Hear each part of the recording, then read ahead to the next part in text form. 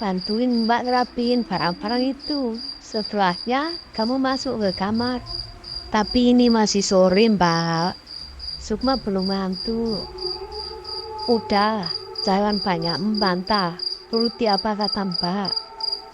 Aku melihat wajah Mbak Santi tampak serius. Bahkan kali ini wajahnya terlihat lebih pucat. Dia seperti sedang mengkhawatirkan sesuatu. Aku pun menuruti apa katanya.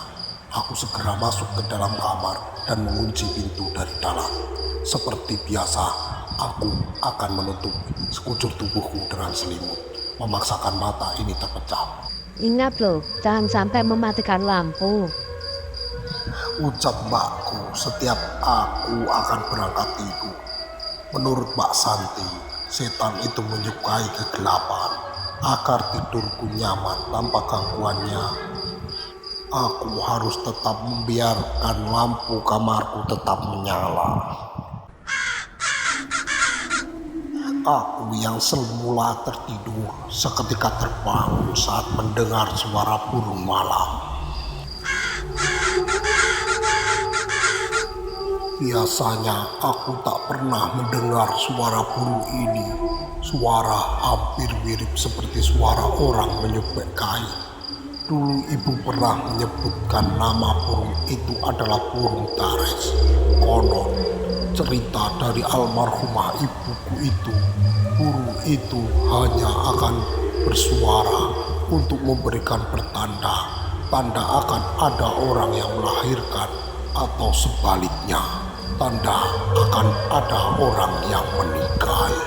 Dan suara itu diibaratkan seperti suara sobekan kain kafan. Seingatku, sekitar sini tidak ada perempuan yang sedang hamil. Apakah itu berarti akan ada orang yang meninggal? Seketika diriku mulai dipenuhi oleh rasa takut. Aku melihat jam yang masih menunjukkan pukul 12 malam. Rasanya tak sanggup jika pagi yang masih sangat lama akan kutemui itu harus kuhabiskan dengan rasa takut. Aku memutuskan untuk bangkit dari ranjang. Aku akan ke kamar Mbak Santi untuk mengizinkanku tidur bersamanya. Pintu yang sengaja kubuka dengan sangat pelan itu tetap menimbulkan suara. Benar-benar siap, pintu kamar kakakku terkunci saat aku akan mengetuk.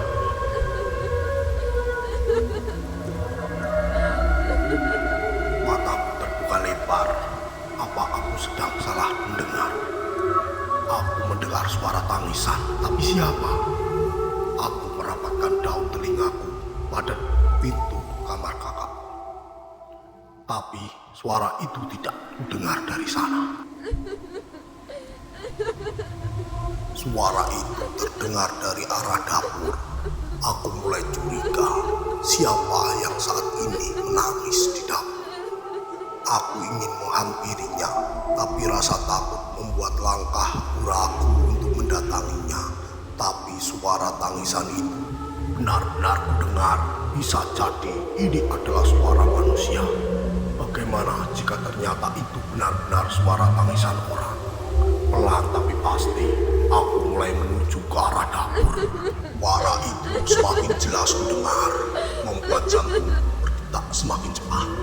Bagaimana jika yang kudengar ini ternyata adalah suara hantu? 2 langkah lagi, aku sudah hampir sampai di dapur. Saat aku melongokkan kepalaku ke dalam dapur, seketika suara itu menghilang. Hanya keheningan yang kudapatkan di dalam dapur. Jangankan suara tangisan, suara serangga pun aku tidak mendengarnya. Seolah-olah semua makhluk hidup menghilang dari dunia ini kecuali diriku. Kira-kira kemana perginya suara tangisan itu? Mataku kembali membulat. Suara tangisan itu lagi-lagi kudengar, tapi dari arah lain. Pertajam pendengaranku seperti suara tangisan itu pindah ke ruang tamu. Aku mulai bimbang. Sebaiknya suara itu aku datangi atau aku balik saja ke kamar.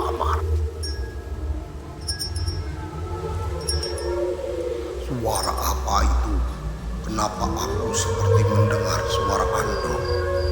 Bagaimana bisa tengah malam begini terdengar suara andong?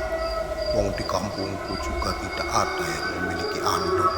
Suara tangisan yang kudengar tadi menghilang bersama dengan datangnya suara andong. Aku sangat penasaran. Akhirnya aku memutuskan untuk melihatnya melalui gorden jendela. Baru aku akan melangkah menuju ruang tamu. Sukma,